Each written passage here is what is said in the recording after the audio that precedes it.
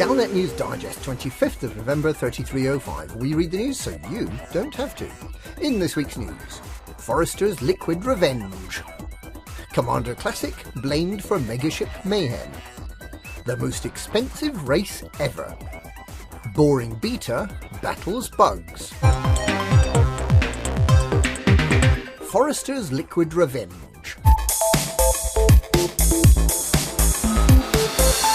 The Federation claims to have won over the crew and settlers of the Golconda, who were seen last night being escorted off the generation ship in handcuffs. It's understood that the colony, which has lived in total isolation for 1,200 years since allegedly leaving Earth, will be rehomed in a remote outpost in the Upaniklis system, which will be, apparently and ironically, named Forrester's Choice, after the captain of the Golconda.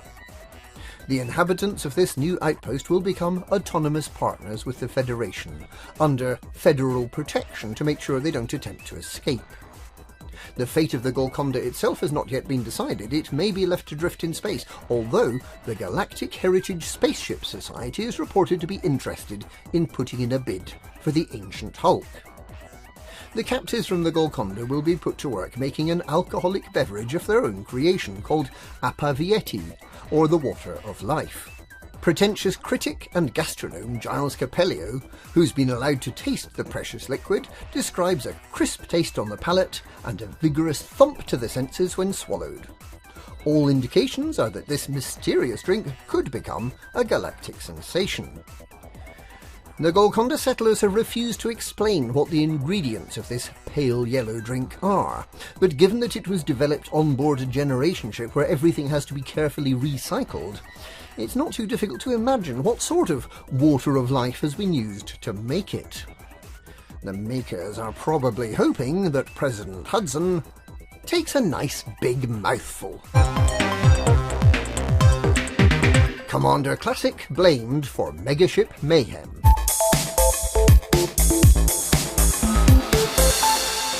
Canon researchers sought to play down the current position of their megaship, the Gnosis.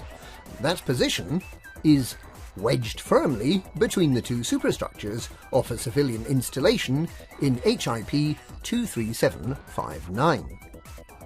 Just why the Golconda attempted to dock so intimately with the installation is under investigation. Canon Interstellar is reported to be buying huge quantities of butter, but the reason for this unusual purchase of culinary ingredients is not yet known. Nor is it yet clear whether the planned jump of the Gnosis out of the system on Thursday will be going ahead as planned.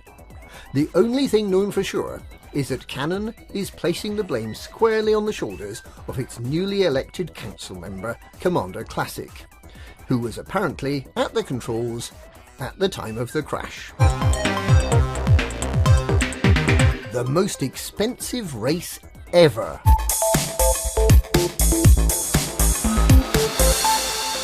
Statistics provided by the people behind the rebuy screen have confirmed that Speedball 3 was the most expensive race ever, at least in terms of the number and value of the ships destroyed over the race weekend. A total of 269 ships were lost, with an insurance payout of 468 million credits. The authorities at Margulis Depot have erected signs around the base, saying Margulis Depot welcomes careful pilots. But speedballers can bugger off. Boring beta battles bugs. The most boring beta test in history starts tomorrow, with the Pilots Federation guaranteeing there will be no new exciting things, no new features, no new encounters with aliens. The beta gives commanders the opportunity to check that their keyboard is working properly, that they don't get strange rectangles when they take pictures, and that their female ship-launched fighter pilot is able to talk. There will also be an interesting new feature that trades off the current fairly long time to find geological and biological features on a planetary surface for a quicker but far less accurate scan.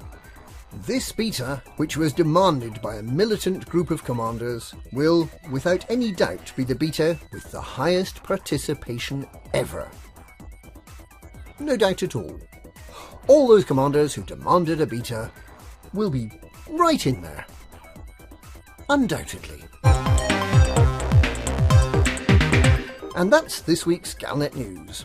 Galnet News, we read the news so you don't have to.